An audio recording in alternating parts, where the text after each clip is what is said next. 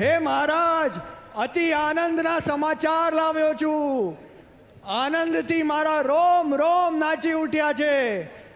આ હર્ષોલ્લાસથી મારા બોલ પણ બંધ થઈ રહ્યા છે મહારાજ. આ એવા સમાચાર છે જેનાથી અયોધ્યા નગરી નહીં, આખી ધરતી નાચી ઉઠશે.